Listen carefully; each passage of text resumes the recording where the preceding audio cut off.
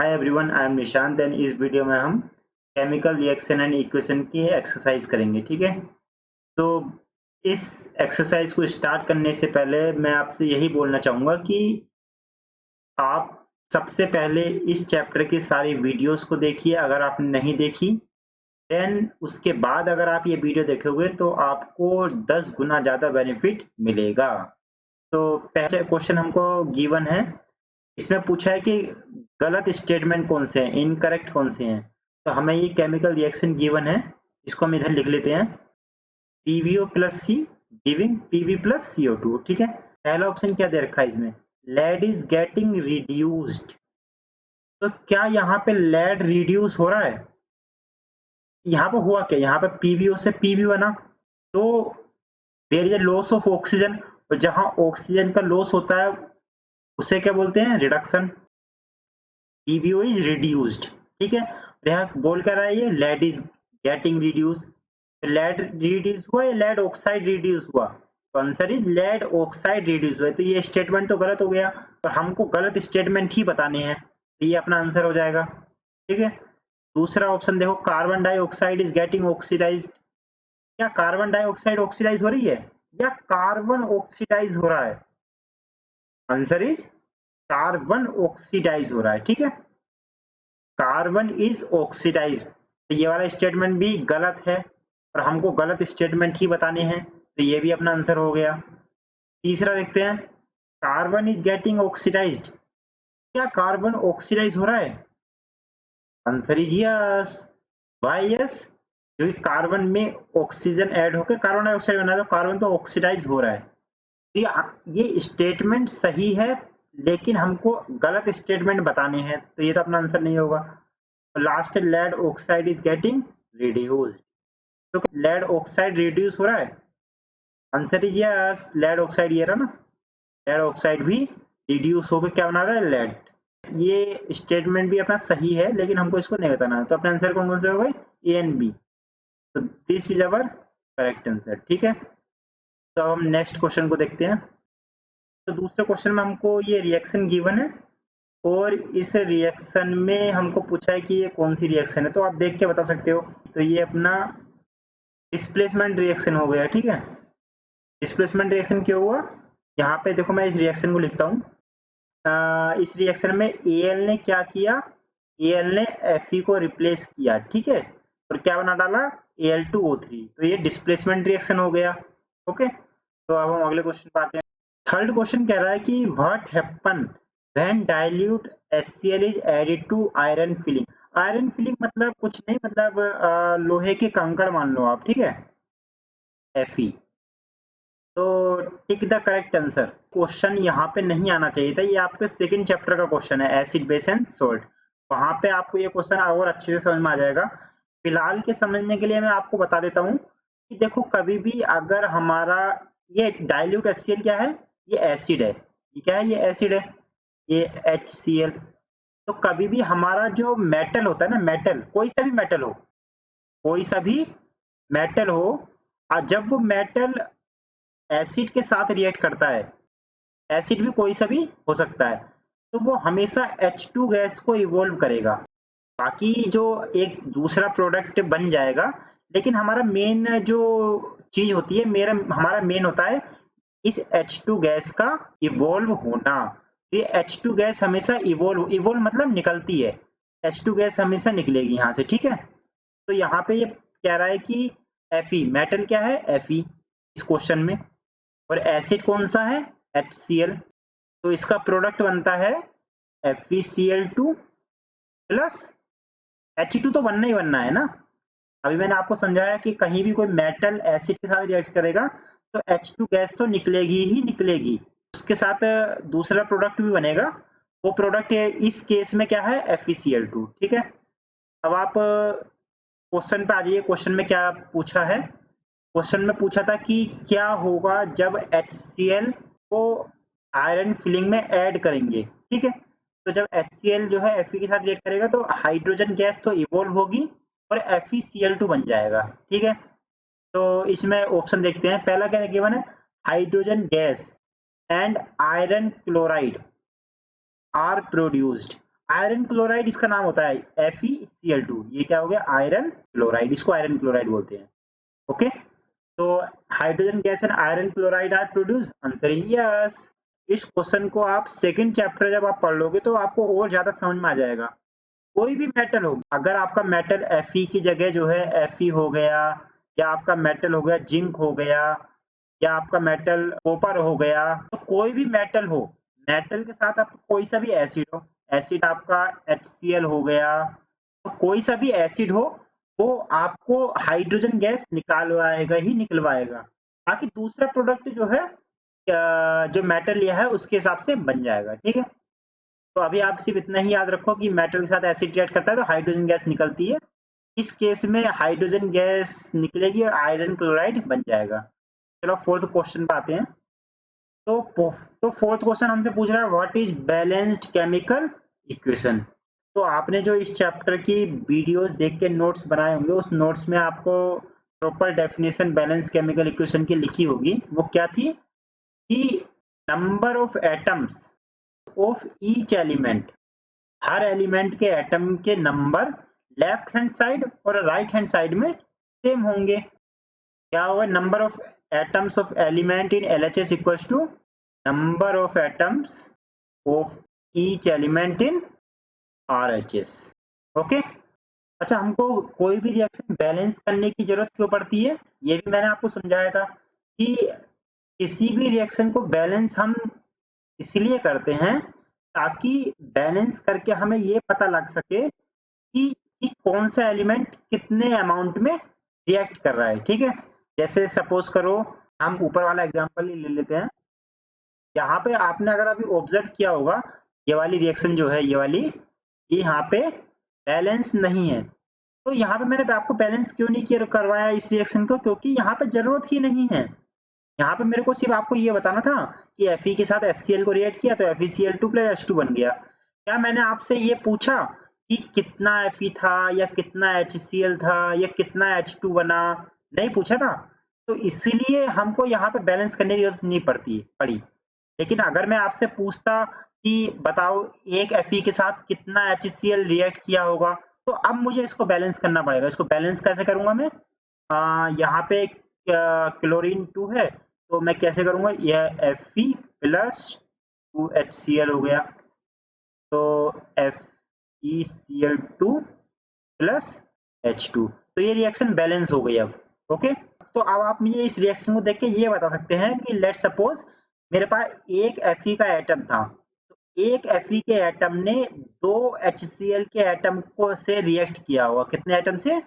2 HCl के atom से react किया होगा। क्या बनाया होगा? एक FeCl2 का एटम और दूसरा H2 का एटम। समझ में आ गया? तो बैलेंसिंग करने का फायदा क्या है? बैलेंसिंग करने से हमें पता लग गया कि एक Fe से 2 HCl रिएक्ट कर रहे हैं और दोनों जो प्रोडक्ट है वो एक एक ही बनेगा। सो हम इसमें क्या लिखेंगे? Why should chemical reaction be balanced? We balance the chemical reaction for quantitative purpose. Okay, quantitative मतलब नापने के लिए। अगर हमको किसी चीज का मेजरमेंट करना हो तो उसके लिए हमको बैलेंसिंग की जरूरत पड़ती है। ओके, तो जो मैंने बोला वो मैंने यहाँ पे लिख दिया कि केमिकल रिएक्शंस को बैलेंस क्यों करते हैं? क्योंकि हमें क्वांटिटेटिव मेजरमेंट करने के लिए, क्वांटिटेटिव मतलब कि एक के साथ कितना रिएक्ट किया या कितना बना, रिएक्शन को बैलेंस कर सकते हैं। इसका दूसरा रीजन ये भी हो सकता है कि since in a reaction mass can neither be created nor destroyed, तो अगर यहाँ पे Fe का एक एटम है तो राइट हैंड साइड भी Fe का एक एटम होना चाहिए। हाइड्रोजन के Fe के 2 एटम है लेफ्ट साइड, तो राइट हैंड साइड भी 2 एटम होने चाहिए। From the law of conservation of mass this reaction must be balanced. ठीक है, तो आप दोनों में से कुछ भी लिख दीजिए, बोथ आर करेक्ट। तो अब हम फिफ्थ क्वेश्चन पे आ जाते हैं। Translate the following statement into chemical equation and then balance. तो सिंपल पहला देखते हैं। पहला में क्या है कि hydrogen gas combined with nitrogen to form ammonia. तो hydrogen gas is H2, it is combining with nitrogen, तो ये N2 हो गया। और क्या बना रहा है ये? अमोनिया। अमोनिया केमिकल फॉर्मूला क्या है? NH3।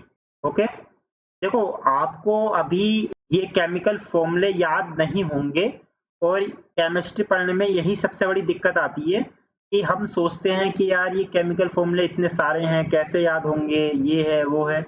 तो अभी आप इसको बिल्कुल दिमाग से निकाल दो, ठीक है, कि आपको केमिकल फॉर्मूले याद करने हैं। तो धीरे धीरे आपको ये अपने आप ही याद हो जाएंगे, आपको याद करने की जरूरत पड़ेगी नहीं। ओके, तो अगर आपको केमिकल फॉर्मूले याद नहीं है तो कोई इतना बड़ा इशू नहीं है। ओके, तो यहाँ पे इस रिएक्शन को बैलेंस करना है हमको।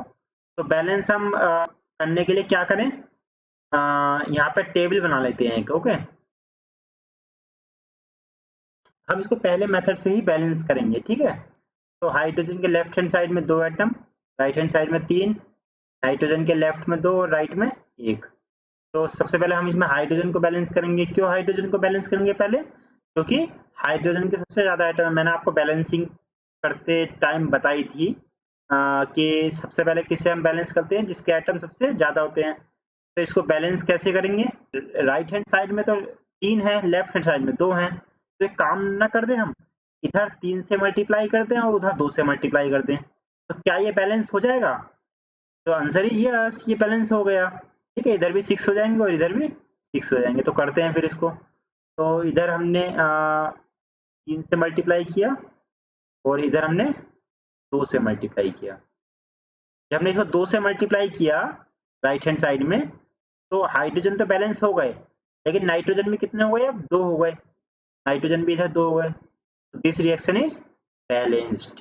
ओके, तो इसी का दूसरा पार्ट देखते हैं। इसे बोल रहा है कि hydrogen sulphide gas, hydrogen sulphide होता है, बोलते हैं H2S, it Burns in air. हवा में किसकी प्रेजेंस में बर्न होगा? ऑफ कोर्स ऑक्सीजन होना चाहिए। टू गिव, टू गिव क्या दे रहा है वो? पानी एंड सल्फर डाइऑक्साइड। ओके, तो इस रिएक्शन को हम बैलेंस करते हैं। यहाँ पे मैं दोबारा से बोल रहा हूँ, जैसे हाइड्रोजन सल्फाइड हो गया, नीचे बेरियम क्लोराइड हो गया, तो इन सब के केमिकल फॉर्मूले हो सकता है आपको याद ना हो, तो इस चीज की टेंशन बिल्कुल नहीं लेनी है, ये अपने आप धीरे धीरे याद हो जाएंगे। मेन चीज यहाँ पे वो बैलेंसिंग पर फोकस करो। ओके, और मैं समझता हूँ कि अगर आपने बैलेंसिंग की वीडियोज अच्छे से देखी हैं तो आपको एक भी क्वेश्चन ऐसा नहीं होगा जो आपसे ना हो पाए। इस क्वेश्चन को देखो कैसे करेंगे हम। अब हम यहाँ पे इस टेबल को बिना बनाए ही इस रिएक्शन को बैलेंस करेंगे। देखो कैसे करेंगे।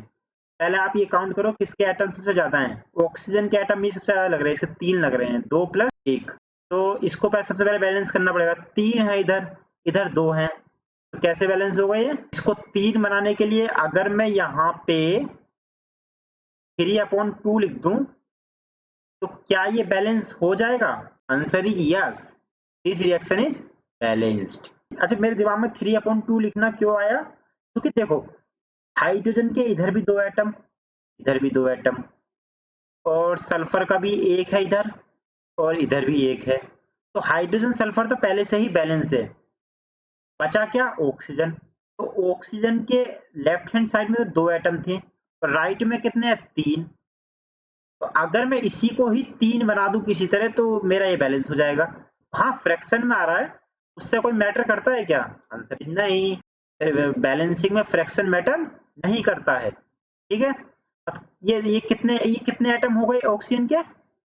ये हो गए 3 एटम्स। कैसे? देखो 3/2 इंटू 2 एटम ऑक्सीजन के हैं, तो 2 से 2 उड़ गया, कितना बचा? 3। 3 ऑक्सीजन के एटम अब इधर होगा, 3 ही राइट हैंड साइड में। तो ये रिएक्शन भी अपनी बैलेंस हो गई। अगर आपको अब भी बैलेंसिंग में दिक्कत आ रही है तो आपको इस चैप्टर की पहले की वीडियो जो बैलेंसिंग वाली है वो आपको देखनी चाहिए। ठीक है, मैं आपको इस चैप्टर की डिस्क्रिप्शन में डाल दूंगा, वहां से आप बैलेंसिंग द केमिकल इक्वेशन वाली वीडियोस को देख सकते हैं। उसके बाद अब अगर आप ये क्वेश्चन करेंगे तो आपको मिनटों सेकंडों में आपके ये क्वेश्चन हो जाएंगे। ठीक है, फिफ्थ क्वेश्चन की थर्ड पार्ट पे आते हैं। आप थर्ड पार्ट हमसे बोल रहा है कि बेरियम क्लोराइड, बेरियम क्लोराइड किसे बोलते हैं? BaCl2 is reacting with aluminium sulphate. Aluminium sulphate का केमिकल फॉर्मूला क्या है? Al2SO4 whole thrice. To give क्या दिया इन्होंने? Aluminium chloride, AlCl3, aluminium chloride. Okay, और क्या दिया इसने? And precipitate of barium sulphate. तो बेरियम सल्फेट का प्रेसिपिटेट में मिलेगा। तो बेरियम सल्फेट क्या था, BaSO4। तो इस रिएक्शन को बैलेंस करना है। जब बैलेंसिंग करना समझाया था उस समय ये क्वेश्चन लिया था मैंने। तो पहले आप इस क्वेश्चन को अपने आप बैलेंस करके देखिए, और अगर ना हो तो बैलेंसिंग द केमिकल इक्वेशन वाली वीडियो से आप इस क्वेश्चन को समझिए। अब हम इसके लास्ट पार्ट पे आ जाते हैं। हमारा डी पार्ट है पोटेशियम मेटल। पोटेशियम मेटल क्या, के solid. Okay, it is reacting with water. ये बना क्या रहा है, टू गिव, क्या दे रहा है, potassium hydroxide KOH। Potassium hydroxide के केमिकल फॉर्मूला क्या है, KOH। ओके, एंड दूसरा क्या बना रहा है, हाइड्रोजन गैस। हाइड्रोजन गैस आपको पता ही है H2।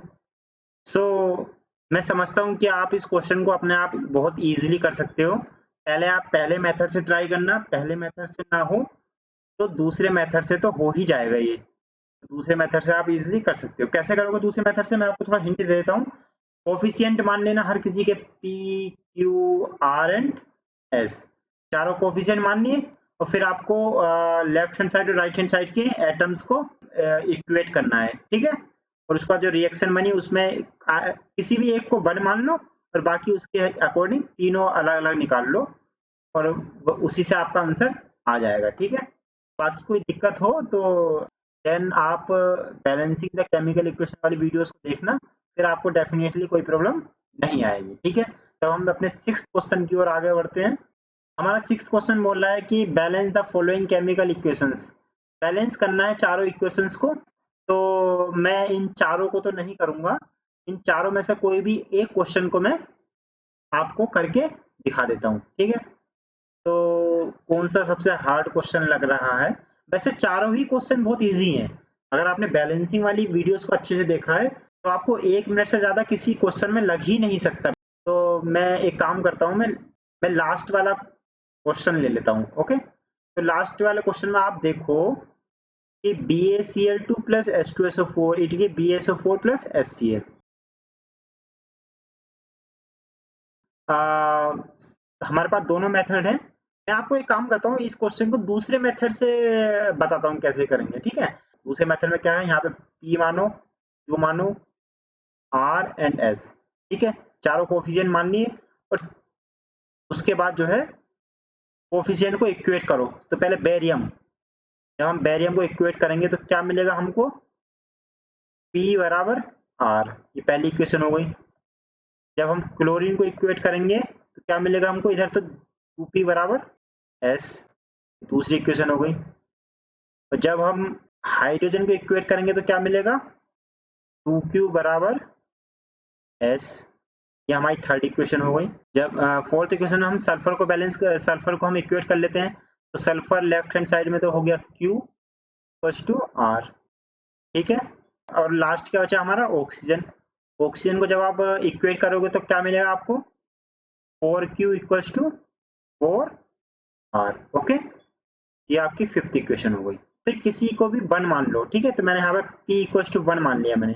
जब मैंने P को 1 माना तो पहली इक्वेशन से मेरा R भी 1 आ जाएगा।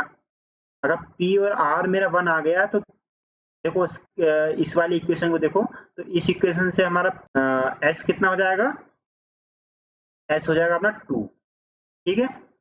जब S2 हो गया तो थर्ड इक्वेशन में आओ आप। जब अपना S की वैल्यू 2 हो गई तो Q कितना हो गया, 1। तो Q की वैल्यू आ गई अपनी 1। तो क्या हमारे चारों कोफिशिएंट मिल गए, आंसर यस। तो चारों कोफिशिएंट को इस इक्वेशन में रखो और ये अपनी इक्वेशन हो गई बैलेंस। तो हमारा S2, बाकी सब तो 1 है, S2 PQRS। तो यहाँ पे अगर आप 2 लिखोगे तो this reaction will be balance. तो ये रिएक्शन अपनी बैलेंस हो गई, बस this is our balance chemical equation. समझ में आ गया। तो जिस क्वेश्चन में आपको दिक्कत आए पहले आप पहले मेथड से ट्राई करो, क्योंकि वो मेथड थोड़ा शॉर्ट है, ठीक है। इस मेथड में हल्का सा लेंदी सा पड़ता है, वैसे इतना लेंदी लगता नहीं है मेरे को ये, लेकिन फिर भी ट्राई करो पहले मेथड से, ना हो तो दूसरे मेथड से तो हो ही जाएगा वो। ओके, चलो। तो बाकी इक्वेशंस को मैं समझता हूँ कि आप बहुत ही इजीली कर पाओगे। फिर भी किसी में अगर कोई दिक्कत आए तो you can comment and I will provide you a brief solution. Okay, तो अब हम 7th क्वेश्चन की ओर बढ़ते हैं। 7th क्वेश्चन में हमसे वही पूछा है जो हमने अभी ये 5th क्वेश्चन में किया था कि हमको बैलेंस करनी है इस रिएक्शन को, पहले इसका केमिकल फॉर्मूला लिख के। तो मैं इस क्वेश्चन में मैं इन सब पे जल्दी से केमिकल फॉर्मूले लिख देता हूँ, ताकि आपको केमिकल फॉर्मूलाज में दिक्कत ना आए। बैलेंस तो आप खुद करोगे तो आपको ज़्यादा बेनिफिट मिलेगा इसका। ओके, आंसर के पीछे मत भागो आप देखो कि आप इस कॉन्सेप्ट को बैलेंसिंग के कितने अच्छी तरीके से समझे हो। जहां आपको प्रॉब्लम आए बैलेंस करने में, आप बैलेंसिंग वाली वीडियोस को सिर्फ एक बार देख लो, और मुझे लगता है कि फिर उसके बाद आपसे कोई क्वेश्चन ऐसा नहीं जो बैलेंसिंग का ना हो पाए। ओके, मैं केमिकल फॉर्मूले लिख देता हूँ सभी के बाकी। तो मैं इन सी और डी के भी केमिकल फॉर्मूले लिख देता हूँ। बैलेंस कीजिए अपने आप, और आई एम 100% श्योर कि आप इस रिएक्शन को बहुत इजीली बैलेंस कर सकते हैं। जहां प्रॉब्लम आए आप फिर से बैलेंसिंग वाली वीडियो देखिए और इस क्वेश्चन को दोबारा ट्राई कीजिए। ठीक है, अब हम 8th क्वेश्चन की ओर बढ़ जाते हैं। तो 8th क्वेश्चन में देखो आपसे दो चीजें पूछी है। पहली चीज क्या है कि आपको बैलेंस करना है।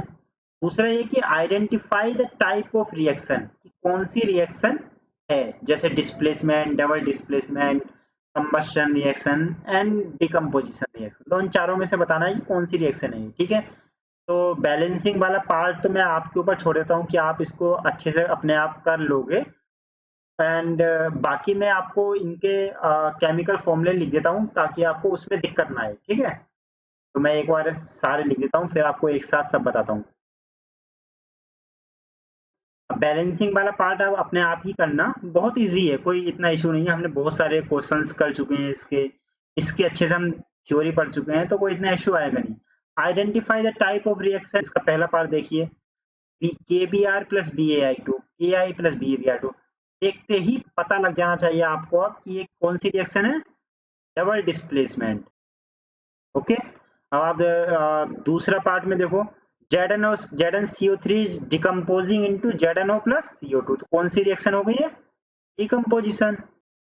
एंड सी पार्ट में इसके दो रिएक्टेंट है, हाइड्रोजन गैस और क्लोरीन गैस, दोनों मिलकर HCl बना रहे हैं। ठीक है, तो ये कौन सी रिएक्शन होगी जब दो या दो से अधिक रिएक्टेंट मिलकर प्रोडक्ट बना दे, कॉम्बिनेशन रिएक्शन। और लास्ट वाला तो आप देखते के साथ ही समझ गए होंगे कौन सी है ये, डिस्प्लेसमेंट रिएक्शन। लेकिन बैलेंसिंग वाला पार्ट प्लीज छोड़िएगा मत, इसको कीजिए आप पहले मेथड से कीजिए, पहले मेथड से नहीं हो रहा तो दूसरे मेथड से कीजिए, और तब भी ना हो तो कमेंट सेक्शन में बताइए। ठीक है, I will definitely help you in that. तो हम 9th क्वेश्चन की ओर बढ़ जाते हैं। 9th क्वेश्चन में हमसे बोल रहा है कि what does one mean by exothermic and endothermic reaction and give examples. तो आपने एक्सोथर्मिक और एंडोथर्मिक वाली वीडियो जब देखी होगी तो उसमें आपने नोट्स बनाए होंगे। तो उसमें अगर आप देखोगे तो आपको मिलेगा कि एक्सोथर्मिक कौन सी रिएक्शंस होती थी, जिसमें हीट इवॉल्व हो रही थी। ठीक है, और एंडोथर्मिक रिएक्शन कौन सी थी, जिसमें हीट एब्जॉर्ब होती थी। तो अगर आपको इसमें कोई भी दिक्कत हो, एग्जाम्पल्स वगैरह आप अपने जो नोट्स आपने प्रिपेयर किए होंगे प्रीवियस वीडियोस को देख के, उसमें से आप इजीली लिख सकते हो। ठीक है, तो थैंक यू वेरी मच।